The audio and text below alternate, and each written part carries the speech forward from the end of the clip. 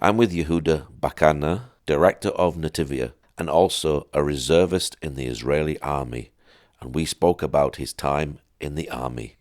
I'm a reservist, and I was also called to serve during this war. That must be very difficult on your family personally, is it? Oh, yeah, definitely. I think in the beginning, I was serving in Gaza, and there we had no communication. No phones, no communication. So I had no idea what's happening with the family, and obviously the family. I have 3 children. My wife and children had no idea what's happening with me. And they knew I'm there, and they read the news of, soldiers that are falling or issues or problems within Gaza, and they had no idea what's happening with me. It was extremely difficult for my family. I think actually, if I stop to think about it, it was harder on my family, harder on my wife than on myself. I'll share with you my logic, because once I'm there, I'm with my friends, fellow soldiers, that we strengthen one another. We have jokes between ourselves. We have a purpose. We know what is happening. We have a schedule. But at home, they're displaced. I mean, my wife is alone, no support. She has no idea of what is happening. Obviously, the congregation is supporting, but essentially, one is alone with no idea what is happening. And I think that's so much harder. So as someone who went into Gaza, what did you see in Gaza? How dangerous was it? All right. I can say it's pretty dangerous, and I witnessed many miracles. It's an interesting question. Yeah. I'm not sure how to answer it correctly. I guess you'll have to be more specific with your... Tell us about some of the miracles that you saw. All right, some of the miracles that we saw. So I'll share with you one miracle. We went into this one house that had terrorists beforehand, and they just fled. They ran away. We were coming close as the army, as soldiers, and we found coffee and different cans of food and vests and weapons and grenades and everything. They just left and fled. And as we're collecting all the different items, waiting on the bomb squad to come and blow up that house, I was sitting on this 2-seater sofa. It's a red wall, a house with a red room, kind of strange, a blue sofa. The choice of colors was pretty unique. I remember I was looking at the different Kalashnikovs, the AK-47s. We were placing everything on the table as a showcase, so to speak, to take pictures through the GoPros and wait for the bomb squad to come. I was sitting on this sofa waiting for the bomb squad, and then somebody comes up to me, says, Yehuda, what is this cable going out from the sofa you're sitting on? So get up, and I see this black box under the sofa, and I kind of carefully take it out, and it's an explosive device. I'm literally sitting on an explosive device. So we evacuate the house, and I look at the cable. We all go look at the cable, where it's connected to, and what it looks like is a tank that accidentally, he was driving next to us. The infantry goes with the tanks, and the tank that was driving next to us, it ruptured the cable. So the cable was not connected to anything because the tank drove over it and disconnected it. Wow. So that's quite a story. I consider that a miracle. Was this a civilian house that Hamas had taken over? Yes. Or was this a Hamas house? No, it's a civilian house that Hamas takes over. I'm not sure how much, so to speak, there is civilian houses and how much headquarters. Through Gaza, we saw many, many houses that were used by Hamas, not as headquarters. Basically, it's people live there. It's people that, I guess, work for Hamas or something. There's a lot of... Almost every house that we went, there's pro-Hamas pamphlets or pictures on the wall or stuff like that, or flags. Many houses looks like normative house, even with a yard with animals, how do you call it, barn and stuff like that. There'd be tunnels underneath. The first tunnel we found, the first one we found was in such a house that, here's another miracle. Actually, the first day we went into Gaza, we searched the first houses. The first houses we searched, one of them was kind of a barn, like you have animals around, and we see a tunnel. And that's the first tunnel we found. So everybody obviously wants to come look to see how it looks like. And after that, the bomb squad came and said, hey guys, you were extremely lucky because it's booby-trapped, but it malfunctioned. It didn't blow up. I mean, we were all standing there to kind of figure out how a terror tunnel looks like so we know how to deal with it. So the next day, the order was, if you see a tunnel, you get away from it because they're booby-trapped. So the next day we found another one. And the second, like the radio person grabbed the officer and pulled him back. As soon as he pulled him back, I mean, they saw it. Within a second, the radio person yanked the officer back. In that second, that tunnel exploded. Wow.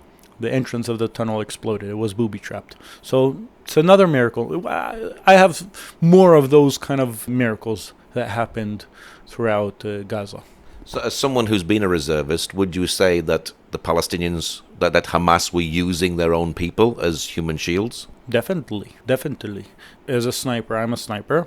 So I saw with my own eyes, that a campus area of buildings was used for militants. I mean, we saw people with RPGs and guns, and on the roof walking around and in the balconies, we saw what appeared to be a 13-year-old kid. He was the watchman.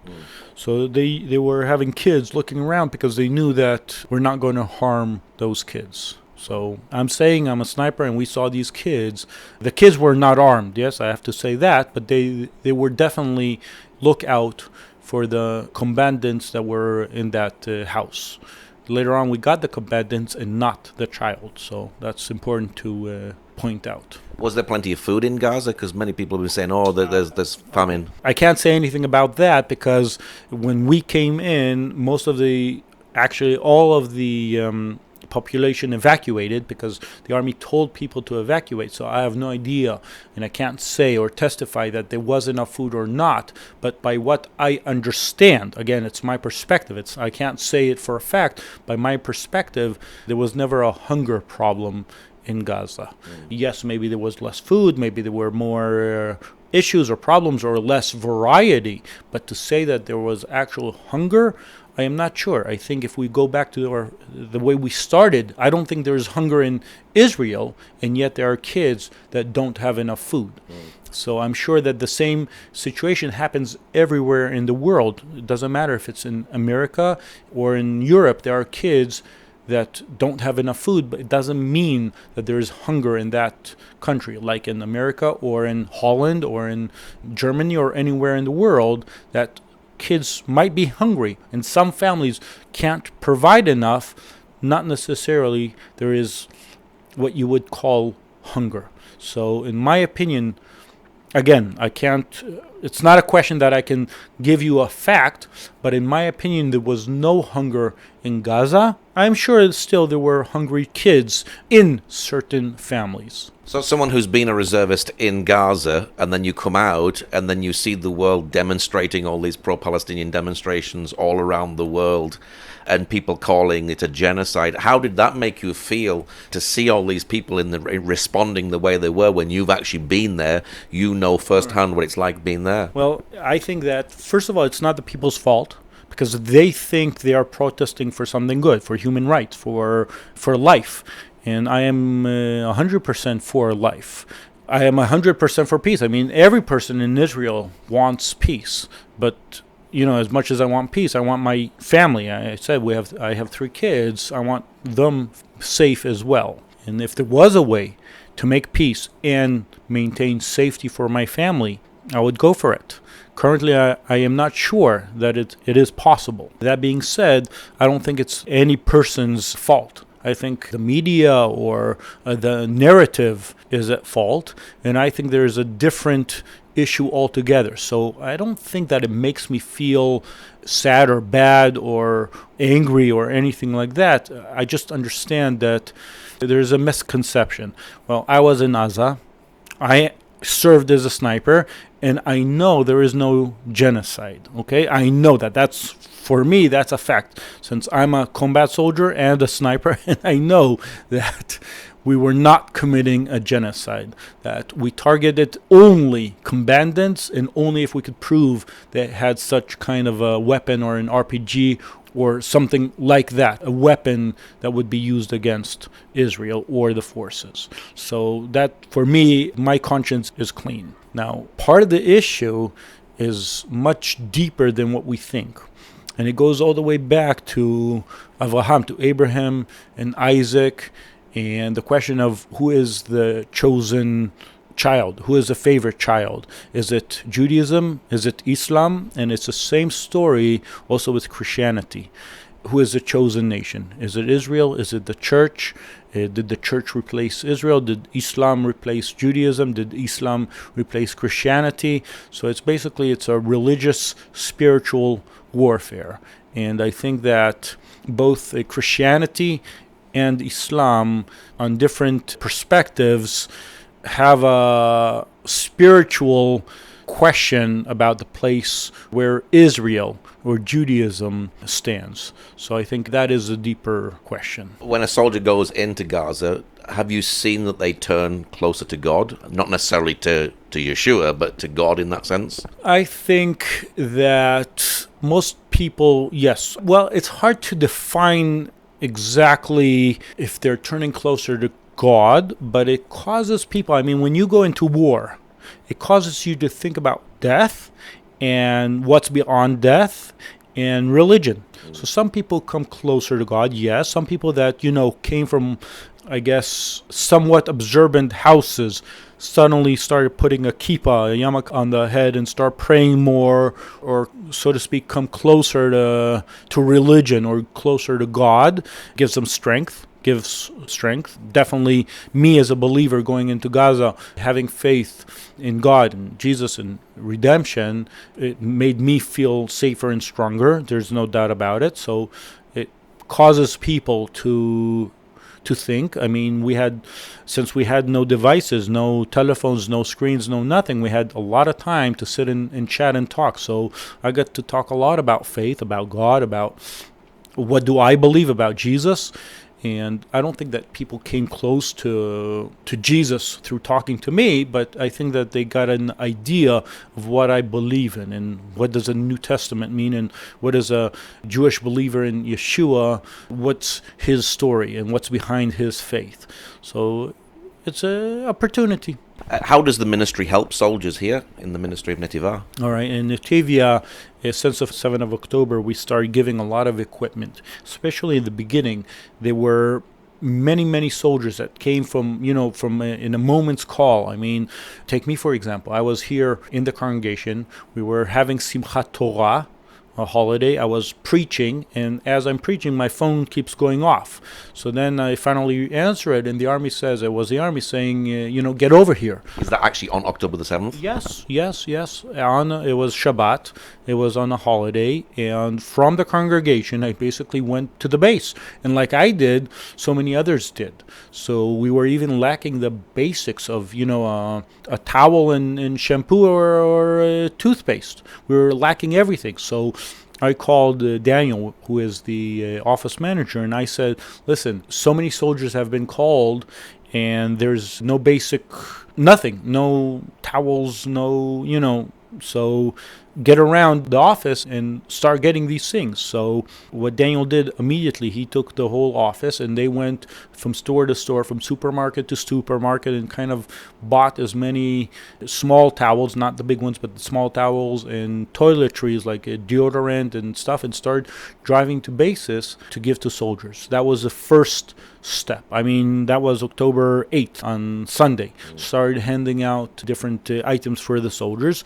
And right after that, as we were starting to be dispatched to the different areas, for example, we were dispatched, I went to Kfar Aza, Kfar Aza is a settlement, a Jewish settlement on the outskirts of Gaza, and that's where I was deployed. And as soon as all the soldiers were deployed, we found out there's missing a lot of equipment. For example, helmets, good quality helmets for everyone, and vests and ceramics like a bulletproof vest and stuff like that. So I kind of told Daniel, now it's time to see what we can do about that. For example, getting drones and other equipment, like life-saving equipment.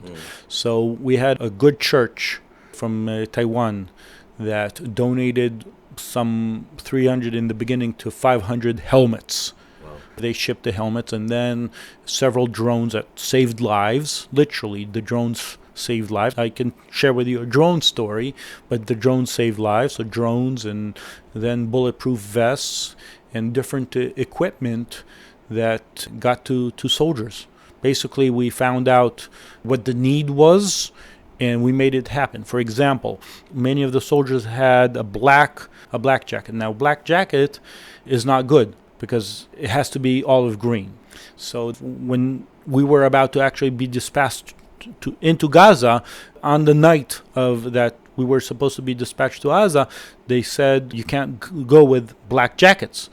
And I called my wife, like on the night, said, listen, we people are going to go in the winter into Gaza with no jackets, not enough jackets. So she got some manager of a store to open, Colombia, I think, or something, to open 10 o'clock at night, the warehouse, and she brought like 300 jackets for the soldiers that went in that, how do you say it, that pima, that night into Gaza. And then she got more jackets for other soldiers for the next nights that went in different units, different places. So things like that, like what the soldiers needed.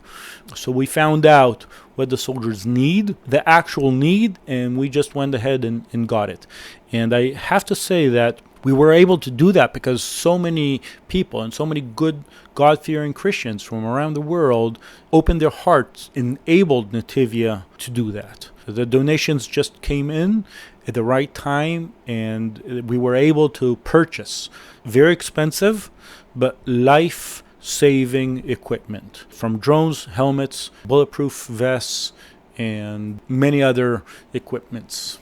So on October the 7th, were you deployed to Kfar Aza, and were you fighting terrorists that day? Yes, I wasn't deployed on the 7th, but the day after.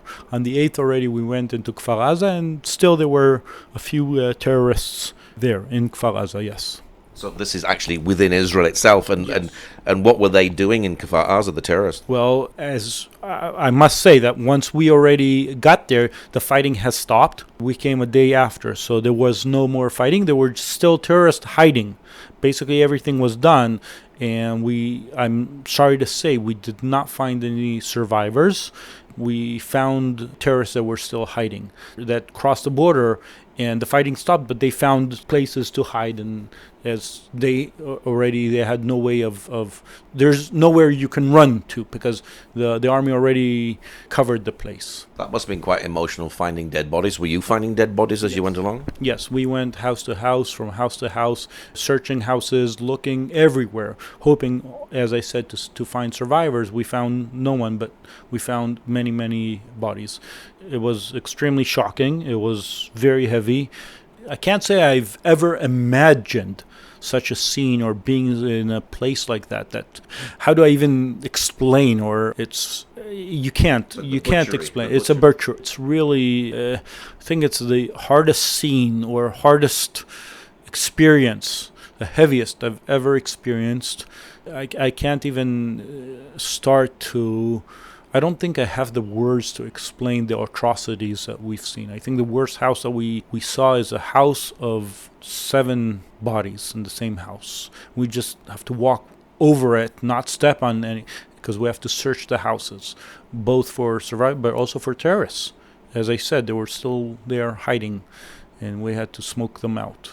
Does that affect you today, the fact of what you've seen? I'd like to think that not. I presume that everything affects us to a point. I mean, you read a book and it affects you. It doesn't matter. You sit in your, relax, watch a series on Netflix and it affects you. Everything affects us. You have a conversation with somebody, it affects you. So it affected me. Can I say that it affected me in the long terms and a PTSD possibility? I'd like to think that not, that it didn't. I think that the fact that I'm a believer gives me a lot of strength and a lot of spiritual strength that holds me together. Gives me, I have a lot of tikva. How do I say tikva in English? Tikva is hope. I have hope.